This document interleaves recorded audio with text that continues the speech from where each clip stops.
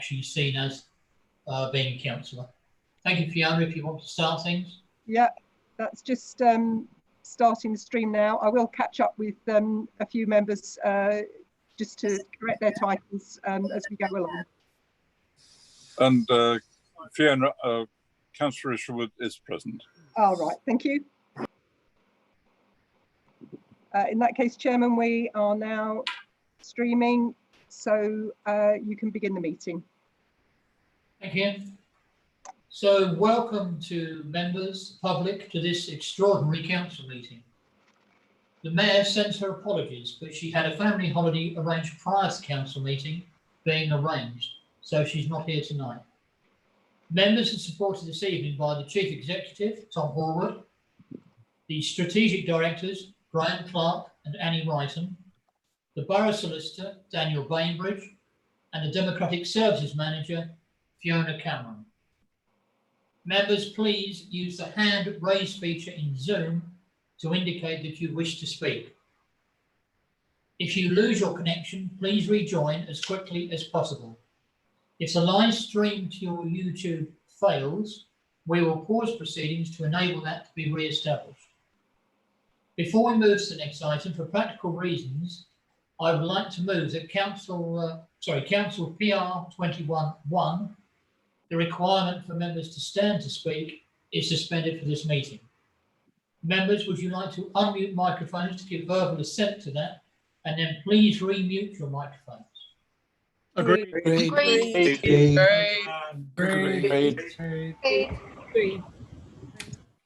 Thank you. Item 1, apologies for absence.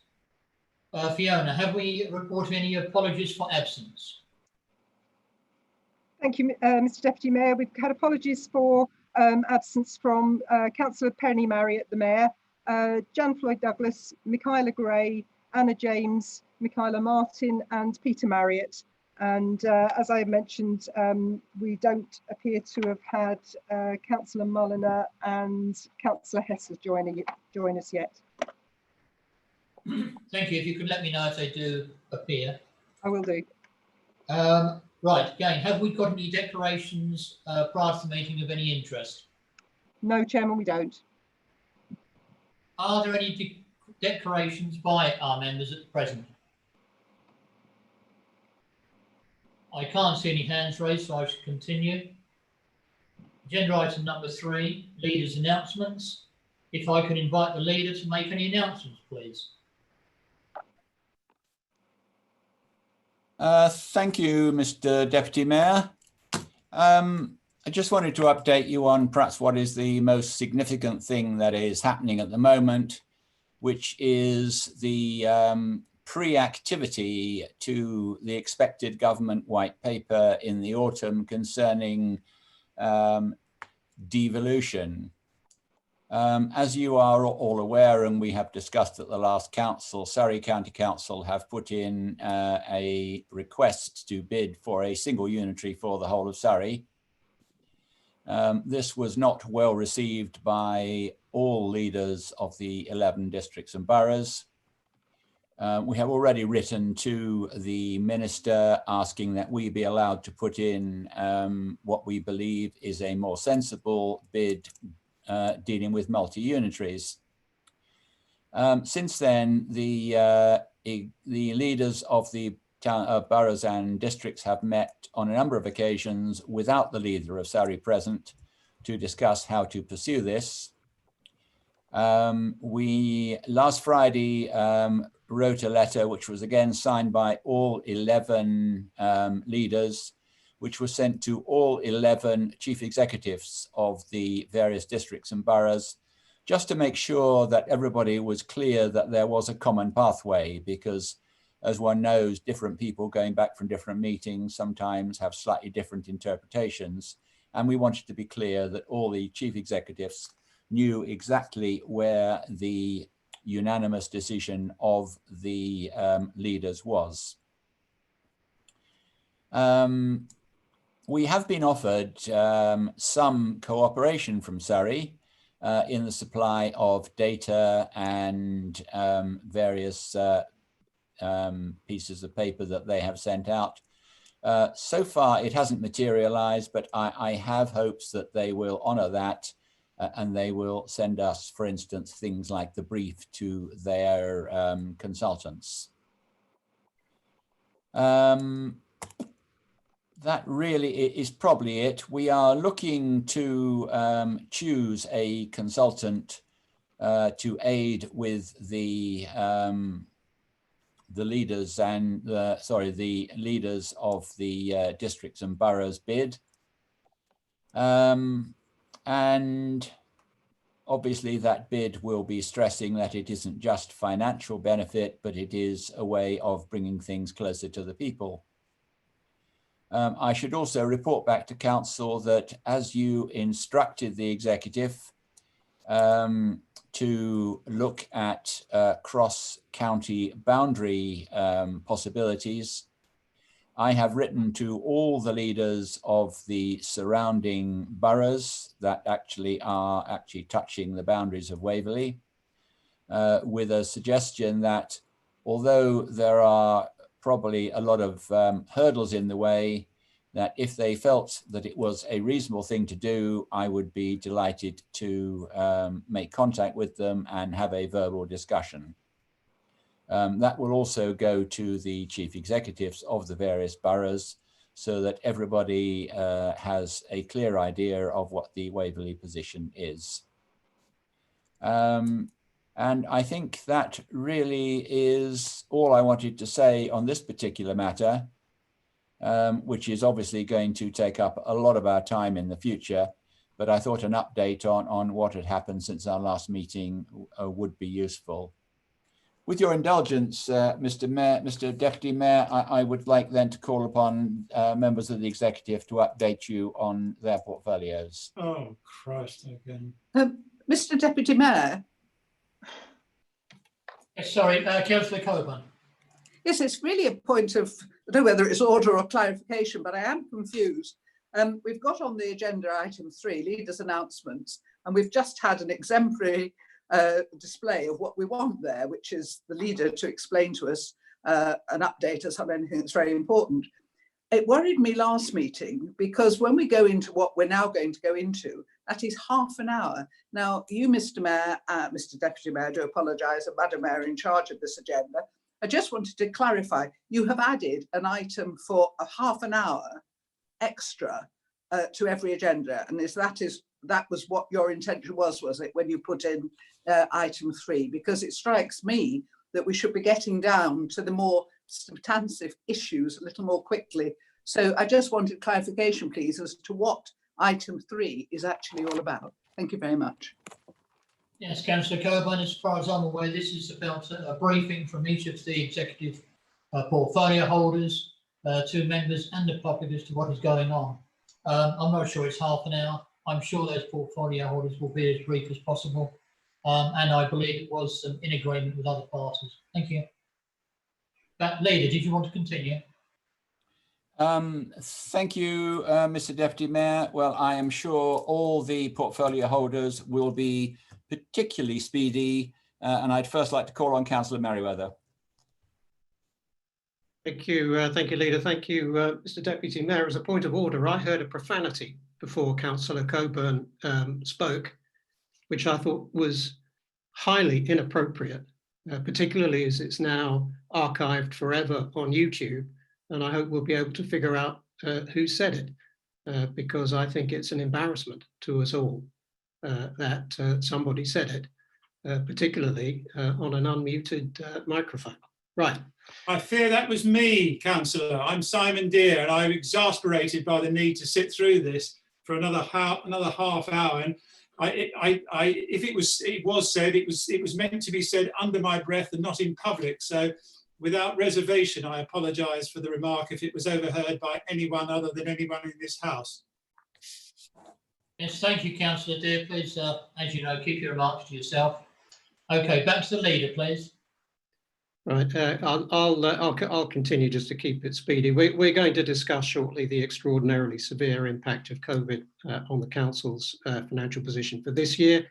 But I just wanted to note in the meantime that the Council's published its unaudited year-end report and accounts for the last financial year, 2019-20, which has ended on the 31st of March, largely because the last year was closing just as we went into lockdown. The outturn showed a negligible net impact of COVID against budget. Through sound financial management and budgetary control, during 1920, the council again maintained service delivery without cuts. And in fact, council spending on general fund services reported an overall surplus of £325,000. That's 2% against an approved net budget of £13.2 million. The main contributors to this were additional interest income and staff cost savings. The reserves at the balance sheet date were as forecast. As I say, these accounts are subject to audit and are so currently being audited by the council's external auditors, but a copy is available on the council's website. Thank you, Mr. Deputy Mayor. Thank you, Councillor Williams.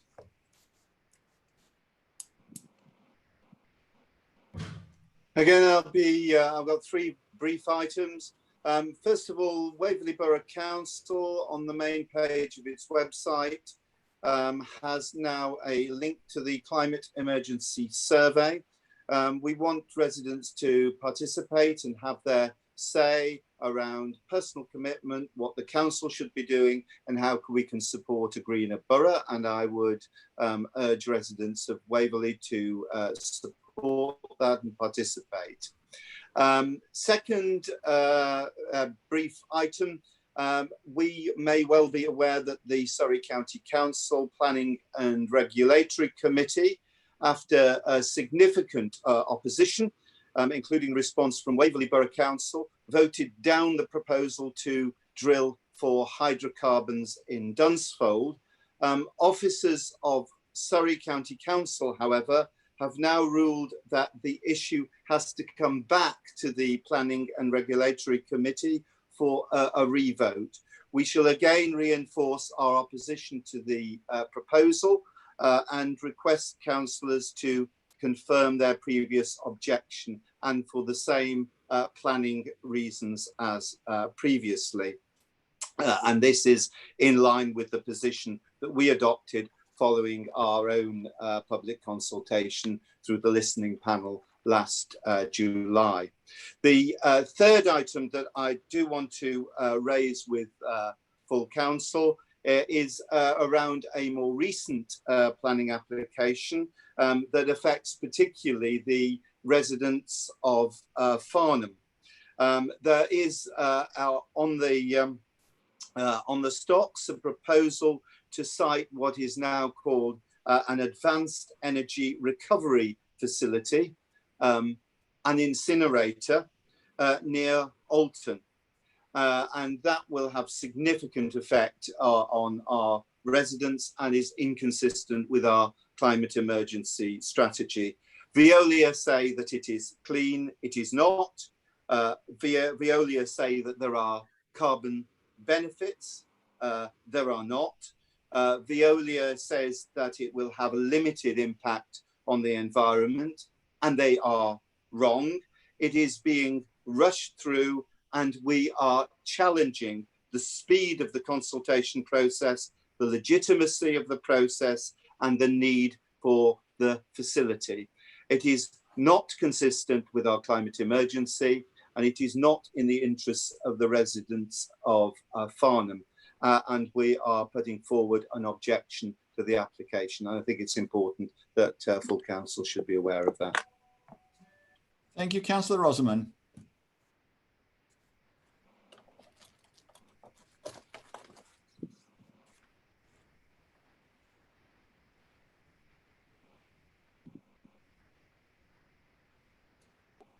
Councillor Rosamond, are you there? I am here. I'm sorry, I was pressing the wrong button again. That's to the best of us. It's the weather. Keep it short and sweet. Thank you, Leader. Mr. Deputy Mayor. A couple of updates on community safety. As I mentioned at the last full council meeting, Inspector Sam Adcock is taking up the role of Waverley Borough Commander in September, and we're hoping to arrange a member briefing with both Inspector Adcock and also Tom Budd, who's the new Neighbourhood West Surrey Superintendent in October, which I hope will be well attended. And good news on the housing development front, Site A on Oxford Ridge should see full occupation by the end of September, which delivers much needed social housing in our borough. Thank you very much. Councillor MacLeod. Thank you, Leader. At the last executive, I explained that the opening of the Brightwells schemes is due to go back from next spring to next autumn. I explained the reasons at the executive meeting, but in the interest of brevity, I'll just refer people to watching that video if they wish to understand the reasons. The only other thing I was going to cover was that there's some very important changes coming along in the planning system. The Chief Planning Officer, Zach Elwood, has already circulated information about this. I was going to summarise it, but in the interest of brevity, I'll leave people to read Zach's emails. Thank you, Leader. Councillor Palmer. Just an update, as previously promised, on trends in the use of the council car parks. It varies a lot from week to week, as you'd expect. The average is between 34 and 66% of capacity. It is still significantly lower than last year, and the increase that we'd expected as a result of the Eat Out to Help Out scheme has not really materialised. But the trend is gradually upwards, so I can't really say more than that at the moment. Thank you. Councillor Townsend. Thank you, Leader. I have to highlight once again the huge efforts of our rangers and other officers that have been deployed to help manage the continuing unprecedented number of visitors at Frensham Ponds. And as you can imagine, this has been made even more challenging by the current heat wave. I would ask councillors, because our visitors come from far and wide, all over the borough and beyond, to help to spread the word that for residents not to bring barbecues to Frensham, not to park inconsiderately on the rural clearways, and not to leave litter. And most of all, when they hear the car park is full, that the site is full. So I would really appreciate councillors' help in spreading that message. We're progressing well with our plans to further reduce the use of pesticides across the borough, and we'll soon be trialling pesticide-free products, that's difficult to say, in selected areas across the borough. So this has been raised by residents to council and is also part of our climate emergency plan as well. And it won't have escaped anybody's notice that our local economy is facing unparalleled challenges. And councillors may have seen the recent report from Guildford and the rise in universal credit. And this reflects similarly in what is happening in Waverley as well. We've helped about 1,870 odd businesses now, distributing the business rate relief and grants across the borough. And we continue to work with chambers of commerce and obviously the town clerks, as well as directly with local businesses. And I think it's really highlighting the critical importance of a local coordinated response that is close to the business community that it serves. And then lastly, many residents will be delighted to see the proposed plans for the phased opening of our leisure centres, starting from the 17th of August, subject to approval by this council. And we recognise how important this is to the health and well-being of our residents. And I know things will look a bit different and people will have to pre-book, but we're confident that Places for Leisure are putting in place the necessary measures for everybody to exercise as safely as possible. And that's all I have to report. Thank you, Leader. Thank you, Councillor Beeman. Thank you. Can I just interrupt there, Leader? Apologies. Councillor Mark Porashevsky, you have your hand raised. Is this a point of order? Councillor Porashevsky? Good evening, Deputy Mayor. No, my hand is raised. I wish to speak once all the executive members have spoken. Thank you. Thank you. I'll go back to the leader then. Carry on, please. Councillor Beeman. Yes, thank you very much, Leader. I'll be very brief. I'm going to be circulating to all councillors a video which has been prepared by Farnham Maltings, which shows what efforts they've made during the past few months. A fantastic video. Other than that, I think I have nothing else to report. Thank you, Councillor Clark. Thank you, Leader. I would just like to give the council a brief update on one of the key business transformation tools that we're about to launch at Waverley. It's called Liberty Create, which is a new breed of low-code software solutions that will help speed up the digital transformation within Waverley. Instead of programmers having to spend hours writing their own code, or for us to buy inexpensive off-the-shelf software packages, it uses drag and drop interfaces so that a new app can be built in a fraction of the time and cost. I'm pleased to confirm, as if you don't already know, that our IT team are an intelligent bunch, and many of them have already been trained in Liberty Create and are now fully accredited developers.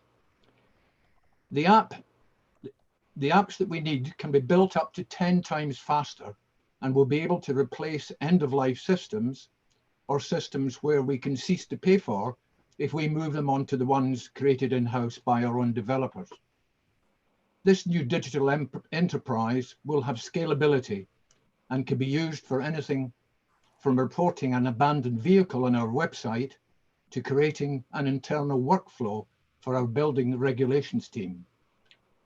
Once built, these modules can be adapted or extended at any time without additional payments being made to software vendors. Liberty Create is without doubt an exciting development, as it not only will offer significant cost reductions and business transformation benefits, but will offer our residents an improved customer interface with their borough council. Thank you, Leader. Thank you, Councillor Follows. Thank you, Leader and Mr Deputy Mayor. If I may briefly say, as comms and engagement holder, it's exasperating that councillors would express frustration about being kept informed on substance. And I would remind those members that have previously expressed frustration about not being kept informed that you cannot have it both ways. And we are here about substance and to represent residents. And that sometimes does mean having announcements about what's going on. Corporate Strategy 2 continues to move at pace. Part of our commitment to fully engage, we have arranged workshops for any and all members that want to engage to do so, starting from the 7th of September, I believe. And the very last thing I'll mention is that the executive and officers are trying to proactively engage with Thames Water rather than wait for problems to happen, particularly in areas of the borough that tend to suffer from some levels of water stress, and we all know where they are. And so we'd just like to suggest that all members continue to flag these issues in their wards as they arise so that we can try and engage with Thames Water as reasonably and sensibly as possible. Thank you very much, Leader and Deputy Mayor. Thank you, Councillor. Councillors, I do realise this is a departure from what has been the long-term norm for the way council is introduced, but it is an honest attempt to be open and to keep not only councillors but the general public up to date in what we're doing, rather than them just having an agenda paper and looking at the items that are there for decision. So whilst I understand some may be a little frustrated and may find that the voices that they hear are not what they expect to hear, this is a genuine attempt to be open with the rest of the council and the general public. And I think we actually managed to do that in 20 minutes. So thank you very much, Mr. Deputy Mayor. Thank you, thank you, Leader. In fact, I made 15 minutes, so it's quite a well-timed effort to keep it brevity, but with transparency. It's certainly nice to hear what the executive members are doing. If we move on to agenda item 4, I have no questions received from any members. Councillor Forashevsky, we'll have to put that on ice for the time being. Motions, item agenda 5. I understand there have been no motions submitted. Is that correct, Fiona? That's correct, Mr Chairman. Thank you. Item 6, minutes of the executive. May I please invite the leader to introduce the minutes of the meeting held on the 28th of July 2020. Councillor Rubini, before we start, please, I did ask if I could come back after the executive had finished, if I may, with your indulgence, please. Yes, I've had no notifications of any questions. I assume it's on what was said just now. Is it brief? It's very brief. Members. On this occasion, I will allow it then. And thank you, I appreciate it.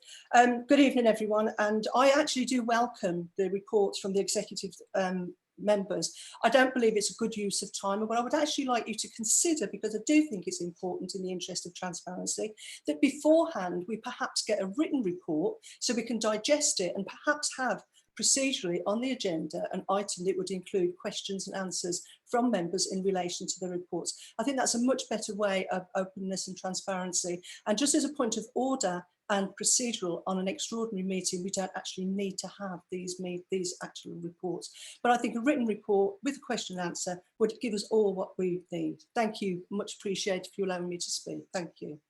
Thank you, Councillor Forrest-Esky. So we move on to item 6, as I said. If I can have the leader, please, to introduce the minutes of the meeting held on the 28th of July 2020. Thank you, Mr. Deputy Mayor. I have pleasure in presenting to Council the minutes of the meeting of the 28th of July, and I am positive I have a seconder. Pleased to second, Mr. Deputy Mayor. Thank you. I'm going to say very little, Mr. Deputy Mayor. The single item for decision is the contingency revised budget for 2020-21. And at the risk of stealing a little bit of my Chancellor's thunder, there's no need to dwell on the crisis by COVID that has caused us huge difficulties.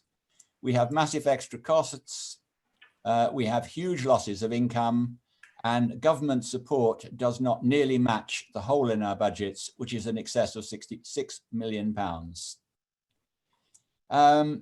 What you're about to hear from Councillor Merriweather, you've all seen in a more informal sense, and it has been through the ONS committee. And so I hope that this sort of situation doesn't arise again where we have to do effectively an emergency budget. But I trust that you will give your attention to Councillor Merriweather and give him the time necessary to explain to you all exactly how we are hoping to cope with this, what we hope is a once in a lifetime event. So with your indulgence, Mr. Mayor, I would like Councillor Merriweather to pick this up. Excuse me, Mr. Deputy Mayor, on a point of order, are we on item 5 or on item 6? On item 6. Oh, sorry, do we not have the minutes? Item 5 is a motion for the month. We need the minutes, leader. We've got the minutes of the executive first and then the budget, have we not? That's correct. Leader, you didn't ask for the minutes to come forward, although they were seconded. I did propose them, and I just said there is one item for decision, which I do understand is item 6.1 rather than item 6. But I would, with your indulgence, like to move straight into item 6.1 as part 2 items appear later in the agenda. Okay, we'll agree the minutes after that. So carry on with 6.1. Could I hand to Councillor Merriweather then, please? Very good. Thank you, Leader. Mr. Deputy Mayor, good evening, everybody. So much of the report on pages 13 to 29 of your packs may or should now be pretty familiar to the many of you who attended the councillor briefing on the 6th of July, or the VFM ONS committee on the 13th of July, or the executive on the 28th of July, which is in the minutes in your pack.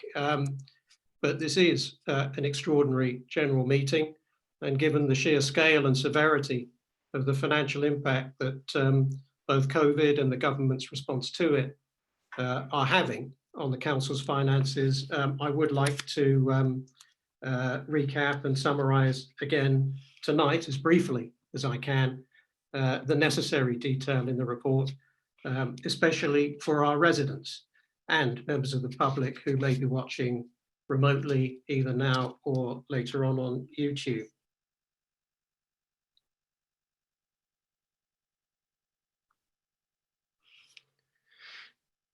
In February this year, the Council approved what was already acknowledged to be a challenging general fund budget within the context of a government controlled funding environment that is unfair to us our residents and our businesses.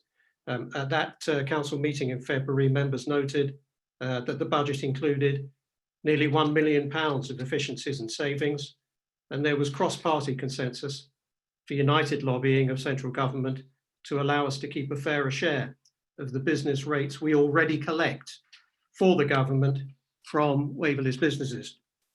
But then, of course, the pandemic was declared, and in March, we, along with the entire country, went into lockdown.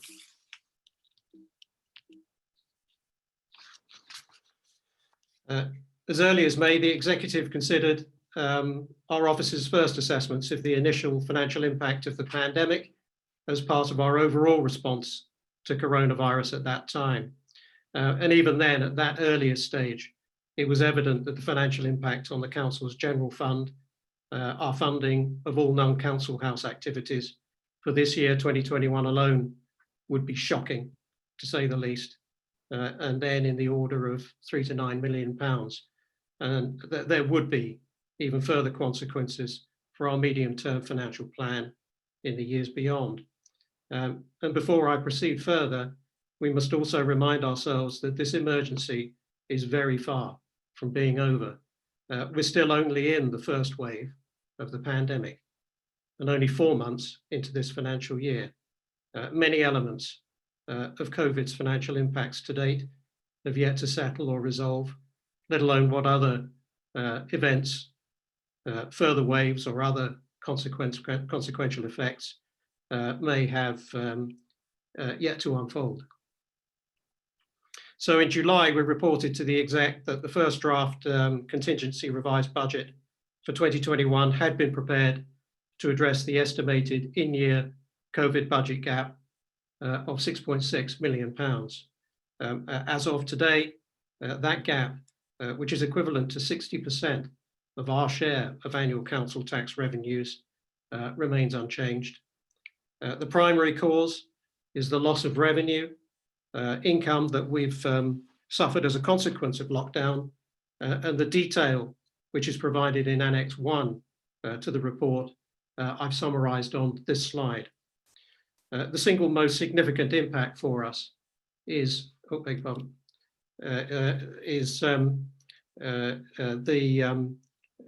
loss from closing and now reopening our leisure centres, which is described in Exempt Annex 5.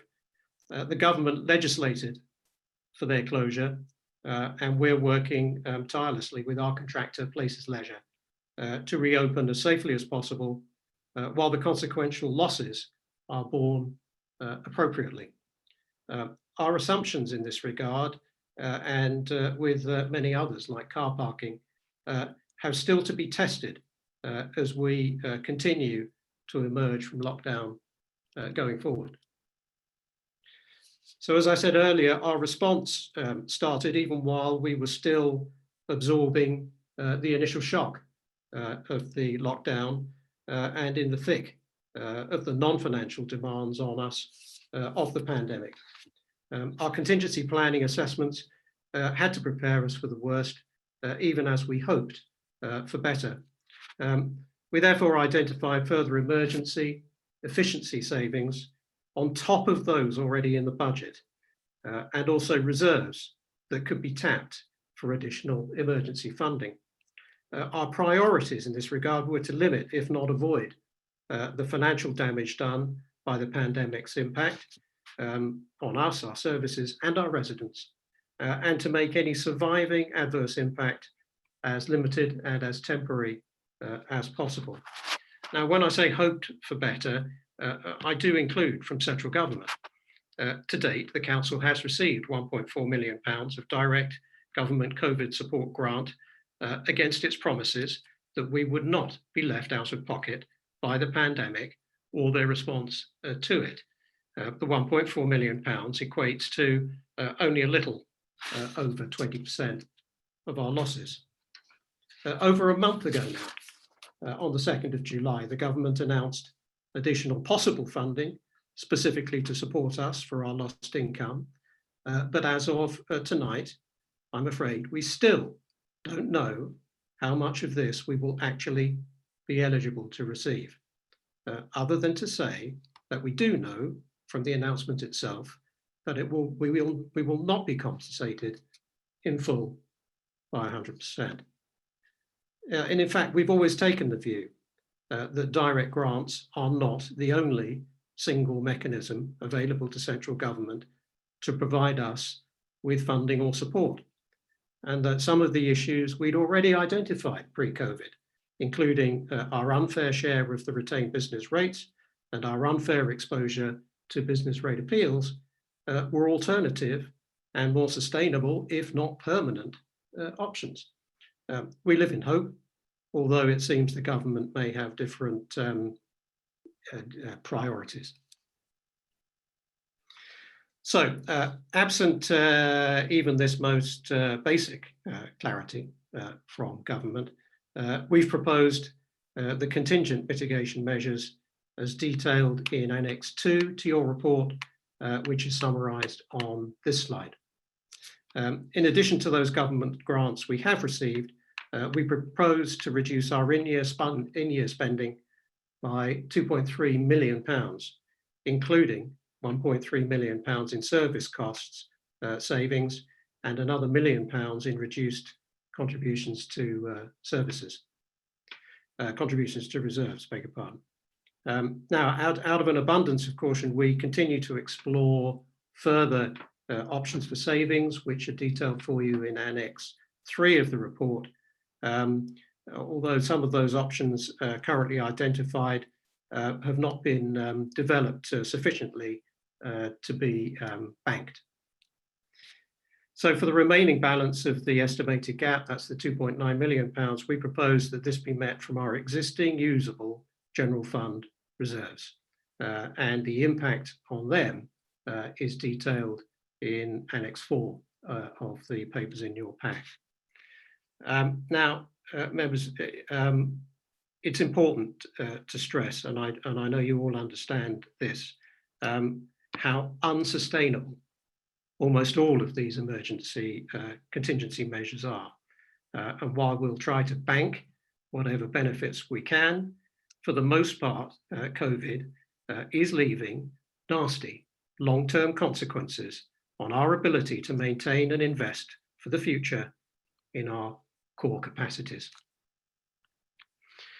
So in summary, and just using the presentation format we're familiar with when we're setting our original budgets, the proposed contingency revised general fund budget looks like this, with net service cost, that's after income from fees and charges, nearly 50% higher due to lost income. And this is offset by net releases from reserves, plus the government grants that we've received. So I mentioned earlier our medium-term financial plan, and as the report in your pack states, we've launched a reassessment of that with COVID being a sobering reminder of so much that is outside of our control. On the economic front, and on top of whatever else COVID will throw at us, we also still face the prevailing uncertainty over the financial consequences of Brexit for our area, our businesses, and our residents. We're also increasingly concerned that the demand for social services in our area is rising, while our charitable and voluntary partners are struggling to cope. And last but not least, it is remarkable that the government has chosen now to add to the prevailing uncertainties, including over local government funding, with its announcement of a white paper on local government reorganisation. So, members, thank you for your attention. I must also thank again the Council's officers and staff who've tackled not only this challenge while continuing with their normal duties, but also taken on other new responsibilities, including administering schemes like the business grant schemes that the government tasked us to do from scratch. I'd also like to thank other councillors, including not least the VFM ONS committee, for their valued and constructive contributions throughout this period so far. Thank you, Mr. Deputy Mayor. Thank you, everybody. Thank you, Councillor Medaway. I believe we have a speaker, Councillor Julia Potts.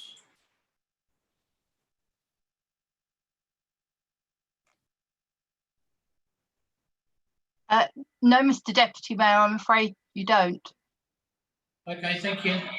In that case, can I ask the Deputy Mayor to invite the leader to respond, please, or sum up? Mr. Deputy Mayor, I had raised my hand some time ago to speak, if I may be allowed.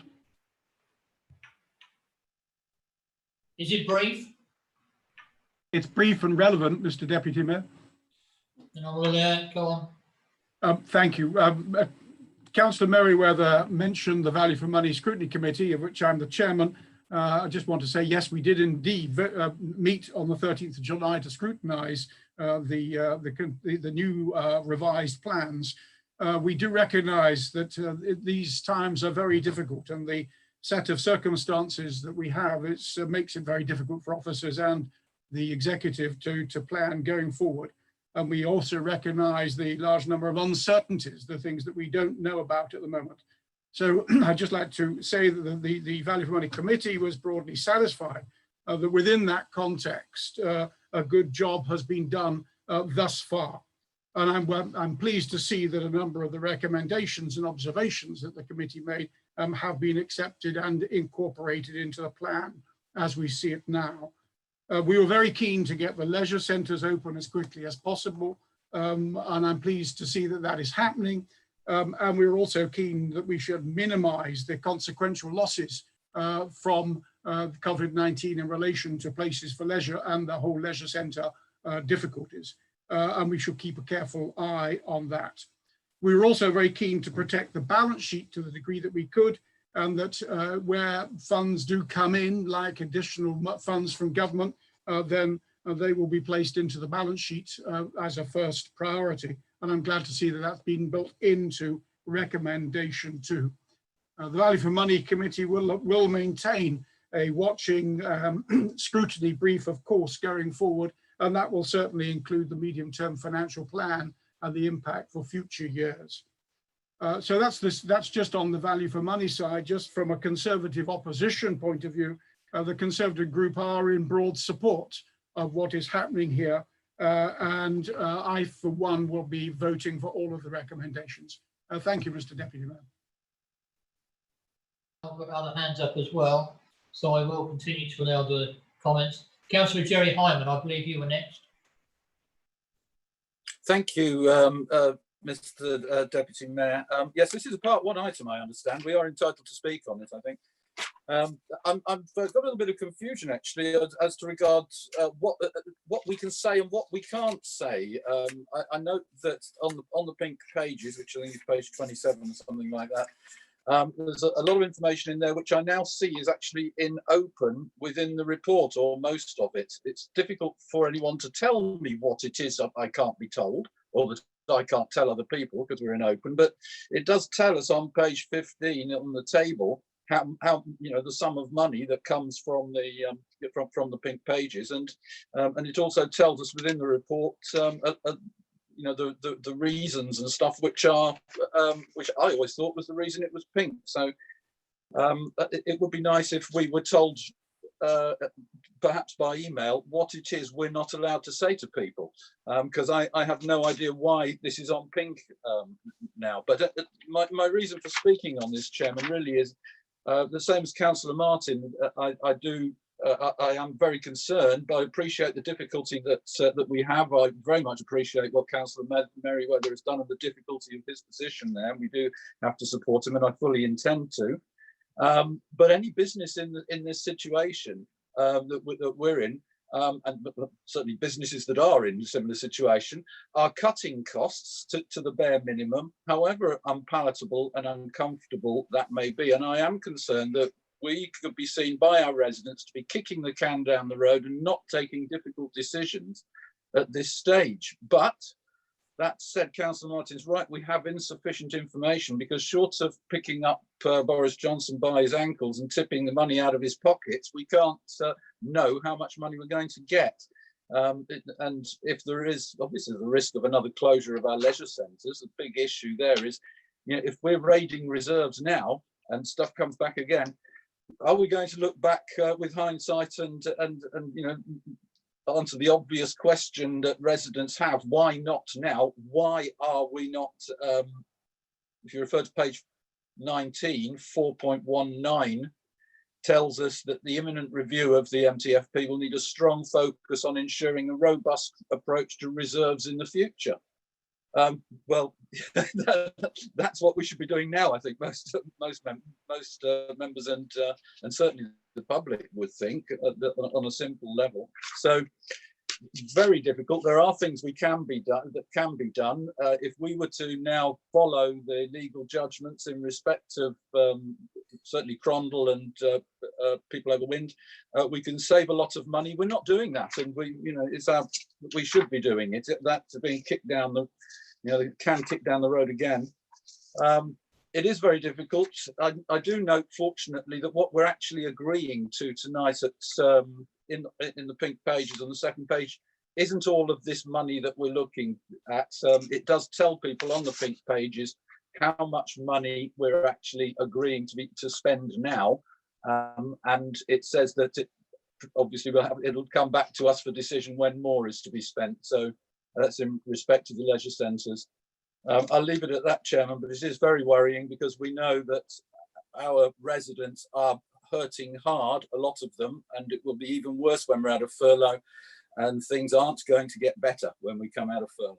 So we should not be over optimistic. We need to be realistic. Thank you very much indeed, Mr. Deputy Mayor. Thank you, Councillor Hyman. Councillor Mary Forashevsky is next, please. Oh, thank you, Mr. Deputy Mayor. Councillor Hyman makes some excellent points, much of which I happen to agree with. And once again, I agree and support in principle all 4 recommendations, but I do have a question mark over the recommendation 4. Officers and Councillor Merriweather has done, in my opinion, under very challenging circumstances, a very good job in producing this report and coming to the members with a budget which, who would want to be in their position at this moment in time? However, I won't stray into exempt, but I have to say I am concerned about the future viability of our leisure centres, in particularly Cranley. Cranley was so close to getting a new leisure centre, and I fear it may become a casualty of COVID-19 pandemic. Cranley is no longer fit for purpose. It needs a significant long-term investment. It concerns me that we are spending massive amount of money in the knowledge that when we reopen, they may incur additional costs to comply with COVID-19. What are they? I mean, Councillor Hyman alluded to the point that we don't have sufficient information, and I feel that in recommendation 4, I don't have that sufficient information either. What I would have liked to have seen is a breakdown of each of the leisure centres, because they all have their own financial history. And I believe the report should have looked at the financial model for each of the leisure centres whilst making its considerations. It would seem that we are being asked to approve not of the future of the leisure centres, but a financial contractual obligation and the reopening impact. And that impact we just can't measure at this moment in time. People have got grave fears about going back. They need their confidence to go back. And it certainly will be a very slow return to normality for the leisure centres. An example of that would be, I, like many of my friends, use the Cranley Leisure Centre, and unfortunately I won't be returning, not because I don't want to, but because I'm going to be governed by so many restrictions that it's going to make me nearly impossible for me to attend. I completely understand it's no fault of Waverley and it's no fault of Places for Leisure, but the reality, some of these centres may have to look very closely at their long-term future as we recover from this crisis. Excuse me. I am concerned that spending this amount of money could be to no avail, especially for Cranley, unless there is a really radical approval investment in the fabric of the leisure centre and a long-term financial plan that sets out justification right here, right now, for spending these sums of money. But what choice do we have? Leisure is an essential community service. It's essential to the health and well-being of so many, and never before has it been so important that we get back to some sort of normality. We really do need to get these services up and running. We really need to, I personally really need to feel a lot more confident in the financial model going forward, that they will be viable. But I think we have to be realistic. We have to look at the here and now. And whilst I support the recommendations, I think you've done a great job, I'm not sure I could agree with recommendation 4 at this moment in time, because we're asked to spend a colossal amount of money with an unknown quantity to its outcome, with a very obvious long-term starting point where we are going to have to wait a long time to see any investment or return. And what will happen in that, can these companies continue for long into the future, is what would really concern me. Mr Deputy Mayor, thank you for your time. Thank you, thank you, Councillor Wojciechowski. Call on Councillor Paul Follows. Thank you, Mr Deputy Mayor. I think I'll just briefly respond to Councillor Hyman, if I may.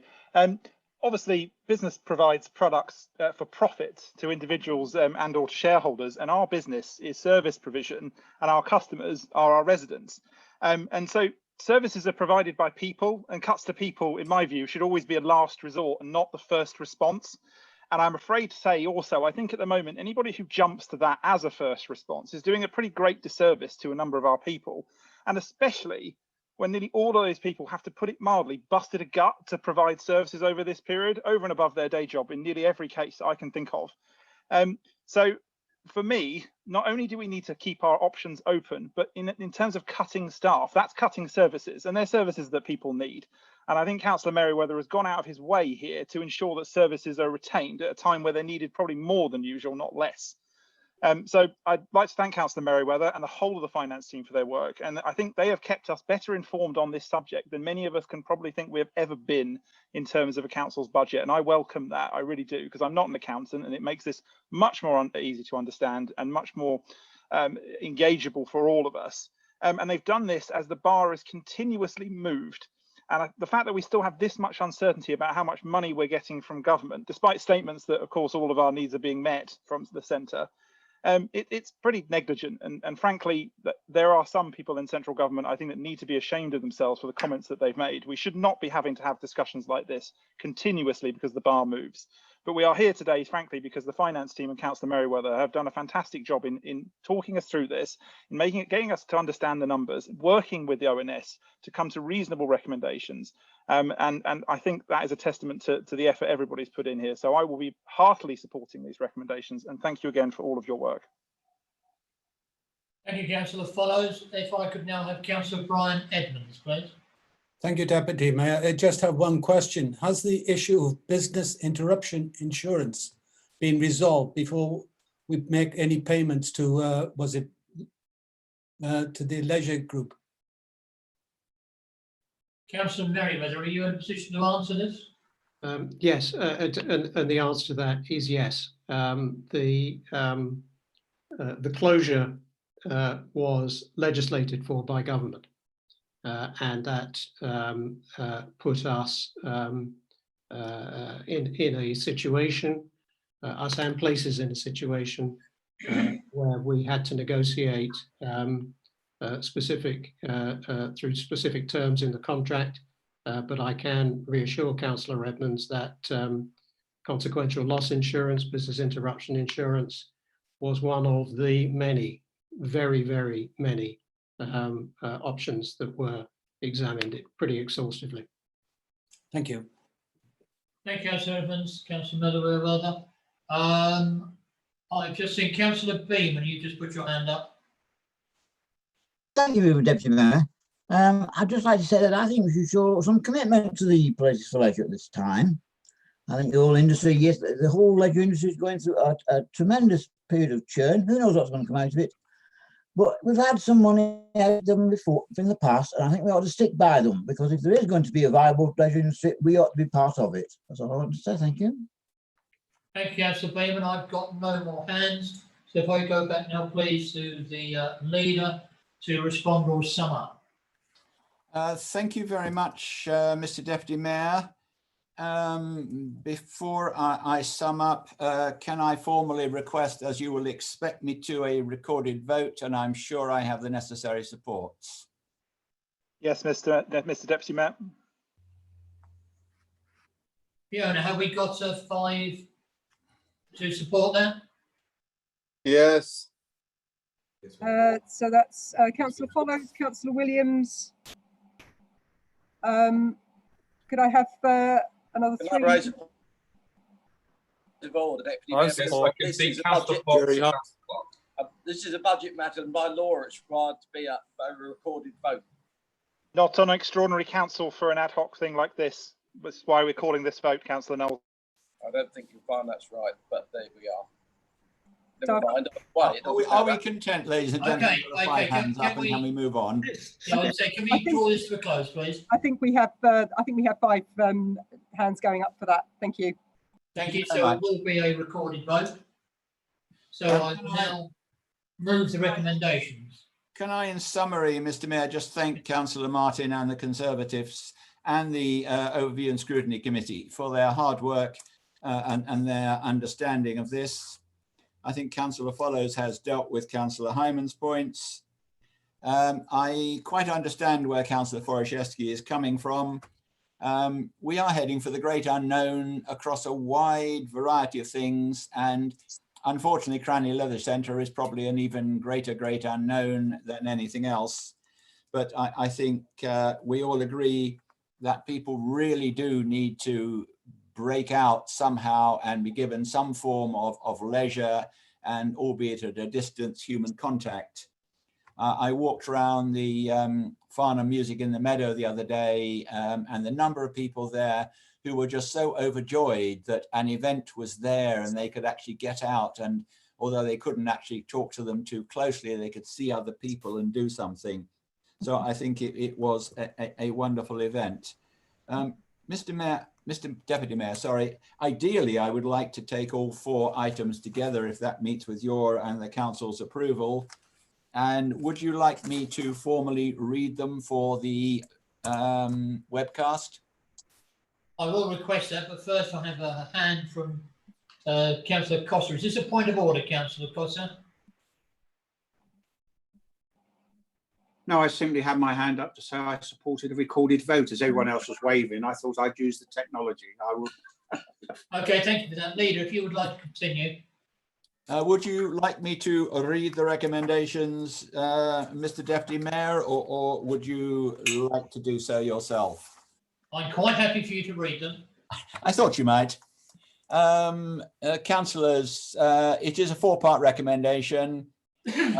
Part 1, the executive recommends to council that council acknowledges the forecast variations from the 2020-2021 general fund budget as listed in Annex 1 and approves the mitigation measures set out in Annex 2, including revisions to approved budgets, the cancellation of approved contributions to reserves, and the drawing down of earmarked reserves.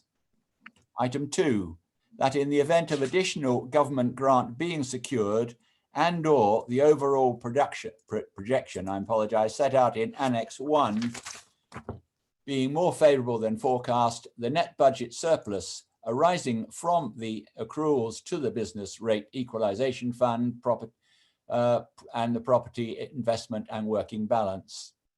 3, that a full revision of the approved medium-term financial plan is undertaken, which will assess the adequacy of the contingency budget, consider the other options identified but not included in value at this stage, and the wider economic factors to be reported to council no later than its December meeting. And 4, that in relation to the leisure centre issues, the recommendations included in the exempt annex thereon be approved. Thank you, Mr. Deputy Mayor. Thank you, Leader. We'll now go on to the vote then. Fiona.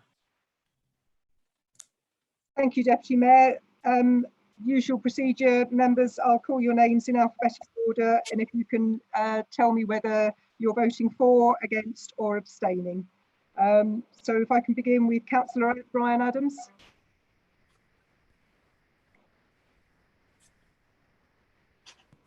Councillor Adams, I think you're muted.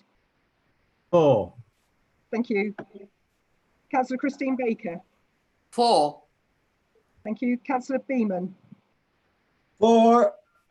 Councillor Blishan. 4. Councillor Clark. 4. Councillor Coburn. 4. Councillor Cole. 4. Councillor Cossa. 4. Councillor Darcy. 4. Councillor Davidson. 4. Councillor Denis. 4. Councillor Deere. 4. Councillor Dixon. 4. Councillor Edmonds. Against. Councillor Ellis. 4. Councillor Else. 4. David Else. Councillor Jenny Else. 4. Councillor Paul Follows. 4. Councillor Wojciechowski. Thank you. With reservations regarding 4, but I'm not going to stand in the way of getting this up and running. 4. Thank you. Councillor Gale. 4. Councillor Goodridge. 4. Councillor John Gray. 4. Thank you. Councillor Hegan. 4. Councillor Henry. 4. Councillor Hess, I don't think has joined the meeting. That's correct. Councillor Howard. 4. Councillor Hunt. 4. Councillor Hyman. 4. Councillor Isherwood.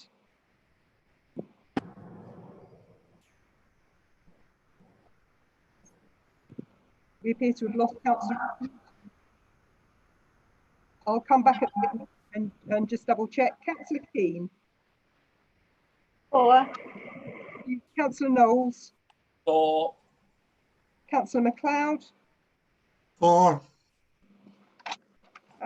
Councillor Peter Martin. 4. Councillor Merriweather. 4. Councillor Merrilees. 4. Councillor Mulliner. 4. Councillor Neal. 4. Councillor Nicholson. 4.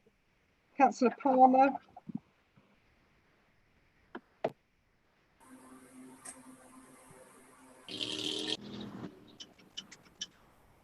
Councillor Palmer. Councillor Pott. 4. Councillor Reid. 4.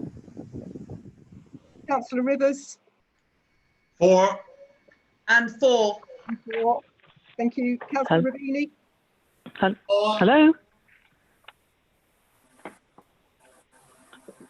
Hello. Hello. Fiona, Yes. it's Councillor Rosamond. I've lost my Wi-Fi connection. Okay, that's fine. You're on the phone. Okay, fine. And you're next, in fact, to vote. And this is for the contingency budget. That's right. Yes, for. Councillor Sadler.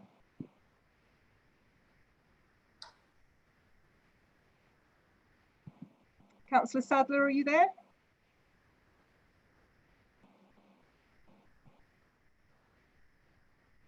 You're muted, Councillor Sadler. 4. Cool, thank you.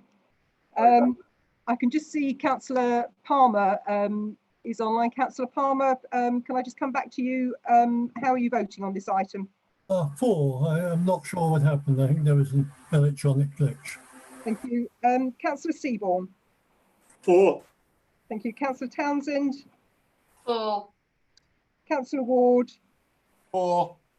Councillor Williams. 4. Councillor Wilson. 4. Thank you. And can I just check Councillor Isherwood? 4. 4. Thank you. So I think that is 49 for the recommendations and 1 against. If I can just ask Daniel Ward to check that. Daniel Bainbridge, sorry. Yeah, Fiona, that's all I have here. Yeah. So Mr Deputy Mayor, that's 49 in favour of the recommendations and 1 against. Thank you. That motion is then carried. All parts of it. Thank you very much. So,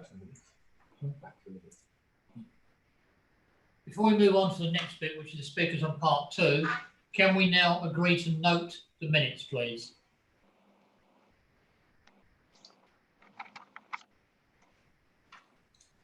Point of order, Chairman. That's not our role at this meeting, is it, to agree the executive minutes? They are presented to us, but we don't agree them. The executive does. We're noting the fact they've been presented, I think. But we don't need to. Chairman, could I say I have asked to speak on one item at which I do want to challenge the validity of one of the minutes. So I don't know if you're asking me to say so in advance or quite what. Could you just explain for me, please? Yeah, we just wanted to note the minutes. You're down as speaking on Executive 21 of 20, which Yes. will come up shortly on matters on part 2. So have we any speakers on part 2 matters? First of all, 18 of 20, recovering devolution white paper, the local government in Surrey. I have Councillor Robert Knowles to speak. Thank you, Mr Deputy Mayor, and I'd like to thank the leader for his words at the start of the meeting and updating us on what is happening. But I would encourage the leader to progress this issue with haste, because we know that Surrey County Council has been working on this for months with consultants, but of course failed to mention it to district leaders. And indeed, a similar paragraph was planned in the late 1990s. May I draw the leader's attention to the local government gazette of last week and the correspondence between the minister and North Yorkshire, where the same situation is current, with districts opposing a single unitary. That reports that the preferred government size for a unitary is in excess of 300,000 to 400,000 population. But in correspondence, it is reported that the minister gives a maximum of 600,000. Now, some may say there is room for adjustment, but certainly not to double the maximum. Leader, I think Surrey has given us the opportunity. Let's abolish Surrey. It's no more than the rump of a medieval kingdom, having already lost half of its area and population. Even the south bank of the Thames was in Surrey in times gone by. But recently, and in our living memory, they lost Kingston, Sutton, Croydon, Richmond, and everywhere around it. And even more recently, they lost Gatwick to West Sussex. Now let's take the opportunity to create councils for the communities as they exist today. Natural communities, not based on ancient boundaries, which have no sense in modern times. Thank you very much. Thank you, Councillor Knowles. If I can now call on Councillor Jerry Hyman, please. Thank you, Mr Deputy Mayor. Yes, I was similarly just querying whether the minutes are an accurate representation, not in a nasty way or anything. I know there's been a lot of angst about Councillor Oliver's letter, where he said that he consulted the boroughs, but it appears that he hadn't, so that's where the angst is. Now, I've got very little admiration or sympathy for Surrey County Council's preemptive move. I think that's the nicest thing I can say about it. But I gather that my understanding is that when Councillor Oliver said that he had consulted the boroughs, his definition, I think this is what was explained at the executive and what paragraph 18.7 should be telling us.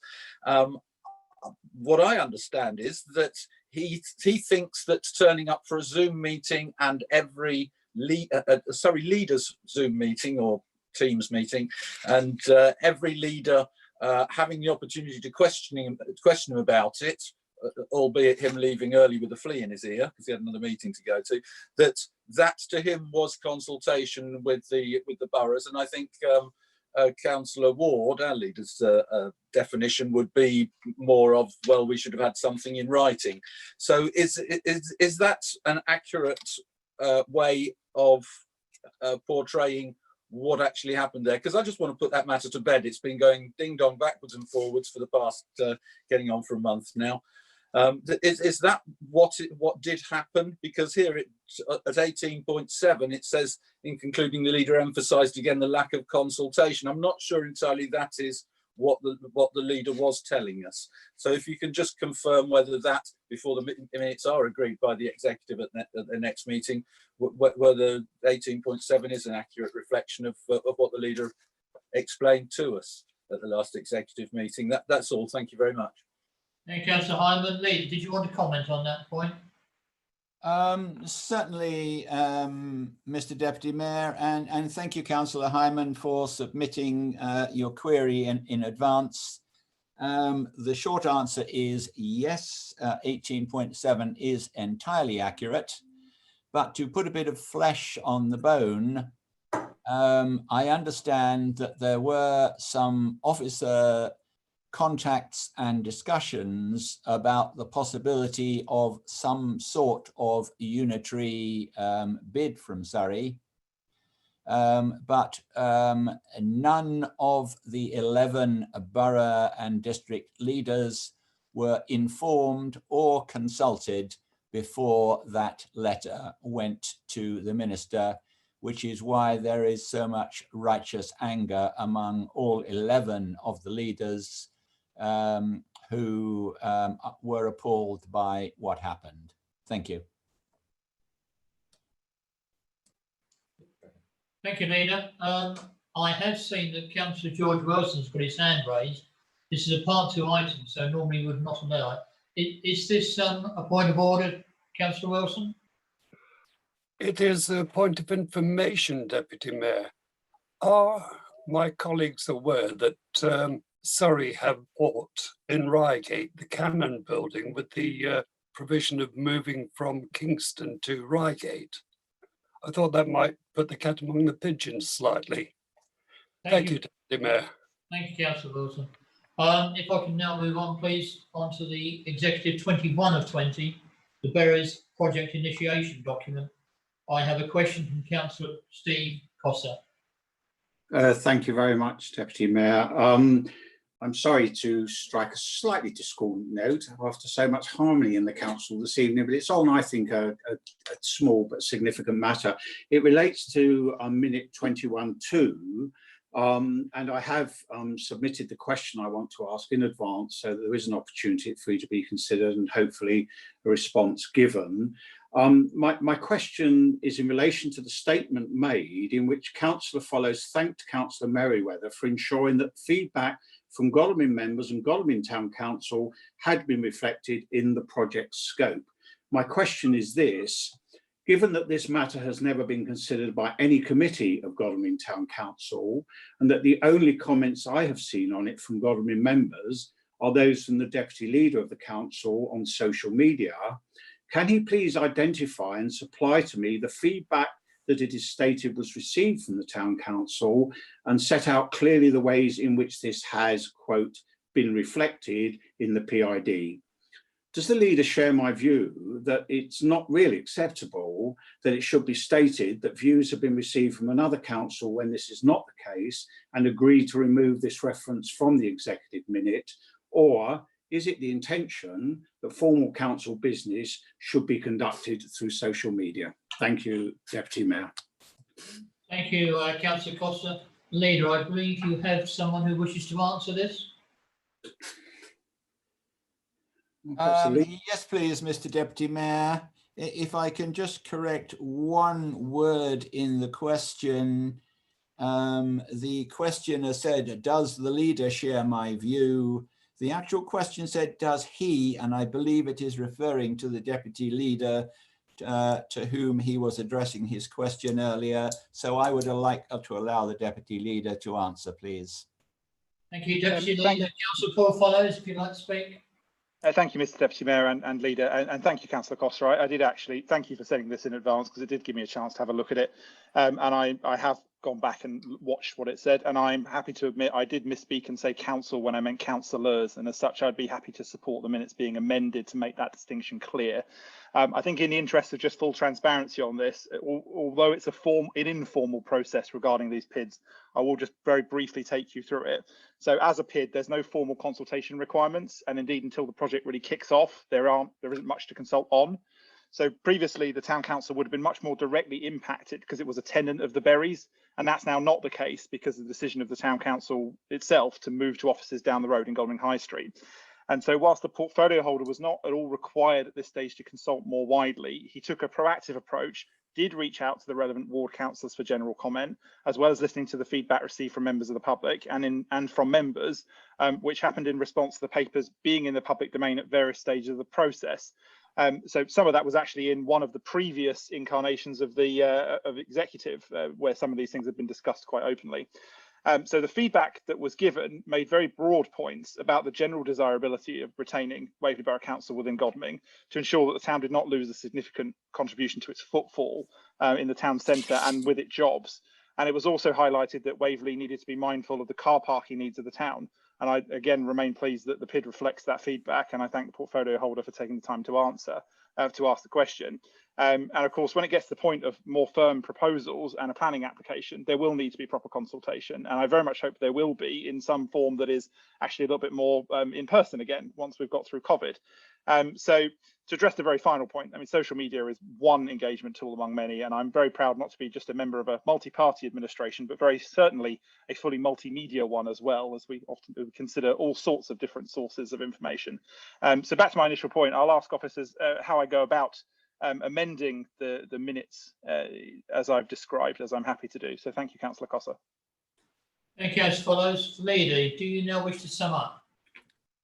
Thank you very much, Mr. Deputy Mayor. I think we've had a generally very fruitful discussion across this. I am delighted with the harmony in the voting for the minutes and the rest of the conversation. And I have great pleasure in laying these minutes before the council. Thank you very much indeed. Thank you, Leader. Point of order, Mr. Deputy Mayor. Do I need to motion to amend those minutes as I've in the way I've just suggested, or what happens there? I don't wish to leave that be now. I've committed to it. Fiona, can you? Yes, thank you, Mr. Deputy Mayor. The executive minutes are still draft up until the point when they're agreed by at the next executive meeting. So I can make that change and that will be incorporated into the minutes that are presented to the executive for approval on the 8th of September. Thank you, Fiona. Thank you for that. Do you now need the note? Do you now need them noted as they stand, Fiona? As you pointed out, Deputy Mayor, they are just for noting. So I think they've been noted, and the correction, the need for the correction has been highlighted, and we'll incorporate that into the minutes that are agreed by the executive as a correction. Thank you for clarifying it. Thank you. Okay, moving on then to item agenda 7, which is Licensing and Regulatory Committee. If I'd like to call on Councillor Robert Knowles, please, to present the minutes of the meeting held on the 30th July 2020. Thank you, Mr. Deputy Mayor. As you say, I present the minutes of that meeting, and I have a seconder. Councillor Goodridge, happy to second. Thank you. Thank you very much. This matter relates to, there is one matter which on the agenda which is for council to decide, and this matter refers to pavement licensing, outdoor seating and alcohol licensing, temporary off sales under the Business and Planning Act 2020. This matter and the reports that are before you were considered by the Licensing and Regulatory Committee on the 30th of July and set out the background to new legislation which introduced a temporary streamlined process for food businesses to apply for a license to place tables and chairs on the pavement outside of their premises. So we'll be calling that a pavement license. The intention of the new law was to assist business recovery after the COVID lockdown by allowing them to create outdoor seating areas to help with social distancing, etc. Whilst previously such licences were administered by the county council, the new powers will be administered by the districts and boroughs.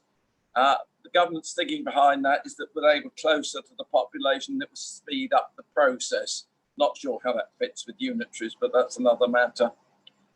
It includes shorter time periods for determining the applications, 10 working days instead of 20, and a maximum fee of £100, which is much, much lower than the county currently charge. It is interesting to note, members, that there are only 3 such licences held in the whole of the borough of Waverley at the current time, but we expect a far greater number in due course. The report advises on changes to the law on off sales, which will allow all premises with an on sales alcohol licence to sell off sales without the need to apply for a variation to their licence. Now, in the report, can I just draw your attention on page 51, paragraph 3, and I thank Councillor Hyman for noting that and bringing it to my attention. And the second word between the word must and stored, the word be needs to be inserted. It should say other furniture must be stored, not just must stored. So there's a word missing there, so we just need that correction. The procedure and the report proposes the policy on the pavement licensing and licensing conditions based on the standard template that will be developed through all boroughs and districts throughout the county to try and ensure some consistency. There were a number of corrections made to the report and attachments during debate at the Licensing and Regulatory Committee, and the changes have been made to clarify parts of the policy and conditions following that debate, and I thank members of the committee for their contribution. The council is recommended to adopt the policy and conditions set out in the annex to the report, set a fee of £100, and agree the proposed delegation as set out in the report so that the legislation can be implemented efficiently. Thank you, Mr. Deputy Mayor. Thank you, Councillor Knowles. I have 2 persons indicating they want to speak, notified by Councillor Liz Townsend first. Thank you, Mr. Deputy Mayor. I'm sure we're all aware how the COVID-19 pandemic has affected especially the hospitality businesses across our borough and causing many of them to cease trading for several months, whilst others have had to significantly modify their operations. This is why the executive very much welcomed the introduction of this new temporary pavement licence. As Councillor Knowles has pointed out, it's really aimed at helping this struggling sector to recover and to manage social distancing. In Cranley, it has been a very welcome sight to see vitality returning to our village, with an increasing number of tables and chairs occupied outside our pubs, cafes and restaurants. And I'd like to thank the Licensing Committee and officers for their swift action in producing this policy, and for the officers for dealing with a number of inquiries from worried local businesses, and for distributing an extremely useful letter to those businesses affected across the borough, explaining how the process works and how to apply for the new licences. This is very welcome and has put a lot of business owners' minds at rest. Whilst this was planned whilst plans were made to bring this to the executive on the 28th of July so that we could start processing applications without delay, this item has had to come before council for approval as well, due to a late amendment by the House of Lords that switched the function of pavement licences from an executive function to a non-executive function. This was therefore the next available council meeting after the legislation had been given royal assent on the 22nd of July. The process about applications has been outlined by Councillor Knowles and does include a public consultation. And we also hope that Surrey Highways, who are a consultee, will show as much flexibility as they are able to. We should therefore start to see these new licences being issued towards the end of August, and hope that this will be a very welcome boost to our local hospitality economy. Thank you, Mr. Deputy Mayor. Thank you, Councillor Townsend. If I can now ask the second speaker, Councillor Jerry Hyman, please. Thank you very much indeed, Mr. Deputy Mayor. Yes, I'd like to thank Kimberly Sohn and Richard Homewood for having gone through the report and made the corrections to it. Unfortunately, because of the speed with which this had to be put through, Richard had produced the first draft and it had come before us. Unfortunately, although it was signed off by legal, it hadn't obviously been read by them, and although it went to the executive and was in the executive minutes, it wasn't read by anybody there either. And so it came to us with nobody having had a chance to proofread it. Obviously, Richard couldn't proofread it himself. Our eyes can't see our own mistakes, and there's no blame whatsoever attached to him. He did a very good job in putting the first draft together. And I'd like to thank members for having patience, obviously, because it took us over an hour to go through and make the corrections. I'm sorry I didn't have the time in advance, because we simply didn't have it in time for me to produce a tracked changes document. It's not my job, though, of course, and it's a shame nobody else had read it. But it was absolutely necessary to go through it because, of course, we're representing our residents. This is to help out cafe bar owners to get a fast-tracked consent, as Councillor Liz Townsend has explained.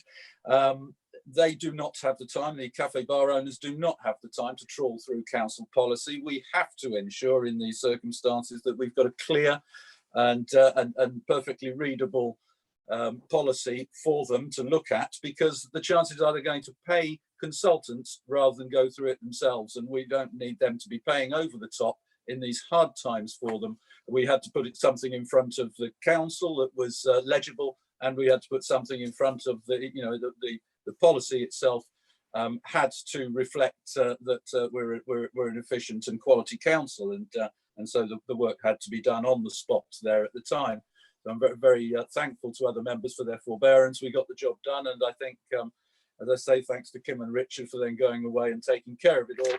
Fully support everything in it. It's excellent now, and I recommend that members simply bosh it through, because I don't think there's anything in there which anybody could criticise. Tell me if I'm wrong. Thank you very much, Mr. Chairman. Sorry, Deputy Mayor. Thank you very much. Mr. Deputy Mayor, point of order. Sorry. Point of order, Mr. Deputy Mayor.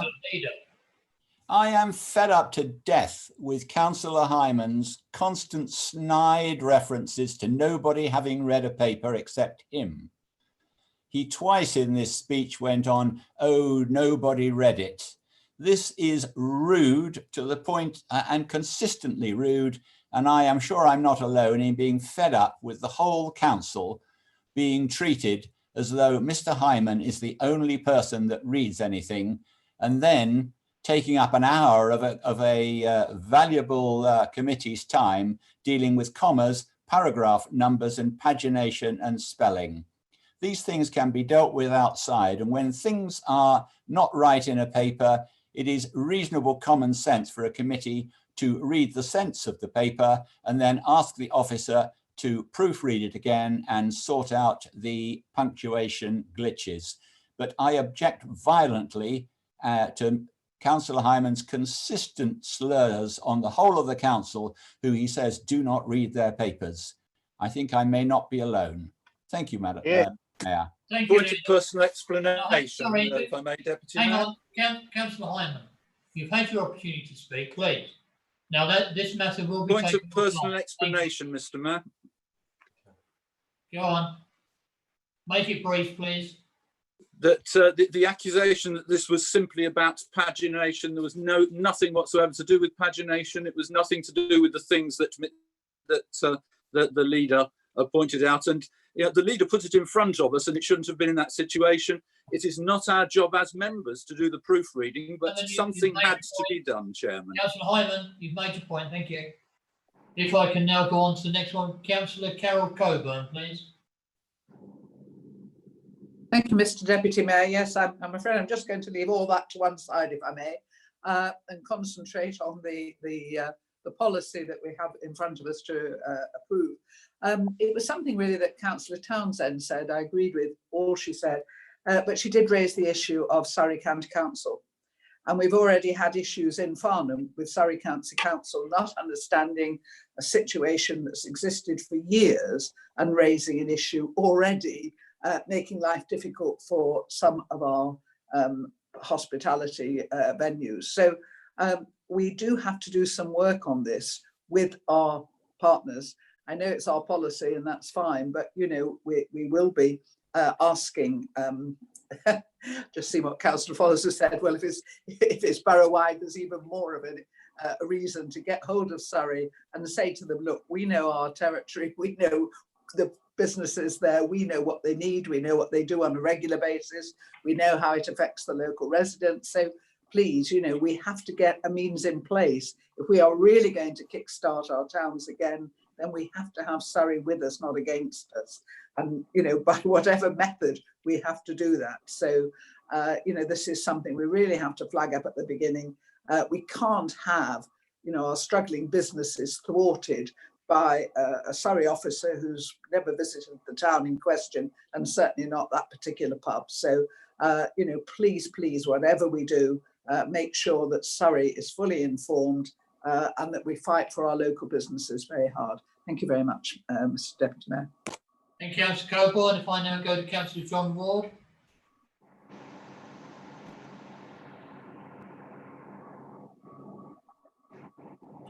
Sorry, my mouse took on a life of its own, refused to unmute, which might have caused many people great joy. No, thank you very much. That was just to raise a point of order earlier, but I have nothing more to say on this. Thank you very much. Thank you. I have one more. Councillor Michael Goodrich. Thank you, Mr. Deputy Mayor. As a member of the Licensing Committee, I would like to endorse what the leader has said about reading the agenda. I had read it from cover to cover and noticed the errors. Councillor Hyman needs to be reminded that he managed to get the chairman's eye before the rest of us, so spoke first, before the rest of the committee could put in their two papers. And therefore, an hour later, we then picked up the bits that Councillor Hyman hadn't noticed. Point of order, Chairman. I did at the beginning of that meeting ask whether, before I started, ask whether somebody else wanted to do it. Watch the webcast of it. So that's totally unfair, Mr. Goodrich. Thank you. I've asked for this to be taken offline. I don't want any more debate on this matter. Thank you very much. Councillor Goodrich, would you like to continue, please? Yeah, and mention has been made about the Surrey County Council. And just to draw members' attention to the fact that for the purposes of pedestrian and particularly the disabled, there has to be a 2-metre clear walkway past chairs and other things that are on the pavement. And therefore, it's going to be difficult for a lot of businesses to be able to give the 2-metre clear walkway, which by law they've got to give. But hopefully the Highway Authority will use a bit of imagination to get round that if at all possible. Thank you. Hand raised.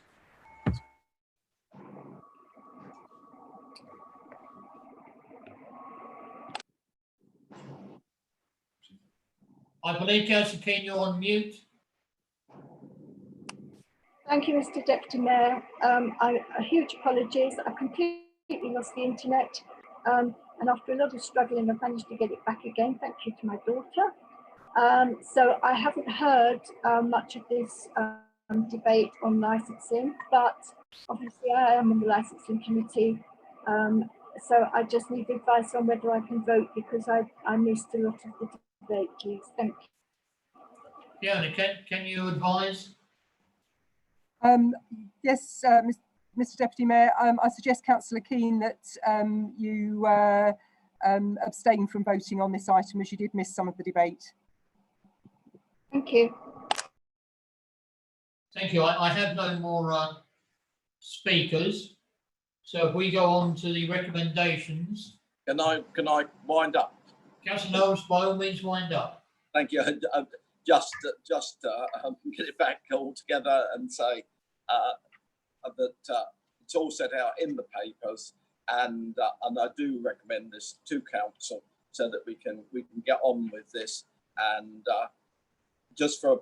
so that members are fully aware, this only applies if the chairs and tables are on the public footpath. If there's a private area outside the premises, it won't apply there.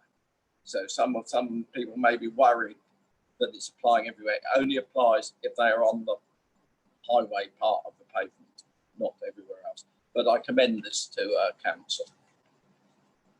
Thanks for that clarification, Councillor Knowles. So we go on to the recommendations, which are number 1 to 5. So first of all, that the recommendation is that adopts the policy set out in Annex A. 2, sets the fee for a pavement licence at £100. 3, delegates authority to the head of environmental and regulatory services to issue pavement licences and or authority to refuse or amend pavement licences in consultation with the chairman of the Licence and Regulatory Committee. 4, delegates authority to the head of environmental and regulatory services in relation to enforcement powers under the new legislation, that is the Business and Planning Act of 2020. And 5, delegates authority to the head of environmental and regulatory services to make minor or consequential amendments to the policy and licence conditions in the event of any amendments, updating statutory instruments and or government guidance in consultation with the chairman of the Licensing and Regulatory Committee. Now, does any member wish to vote against those recommendations or abstain? I hope that's clear. I will repeat it. Does anybody wish to vote against or abstain?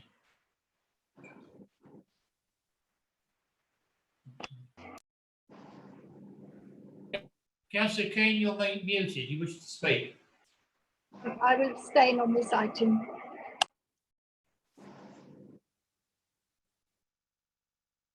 Then in that case, Councillor Keane has had to abstain on technical grounds. So I assume without anybody else abstaining or against, can I ask members to unmute their microphones, please, and voice their agreement to this recommendation? Agreed. Agreed. Agreed.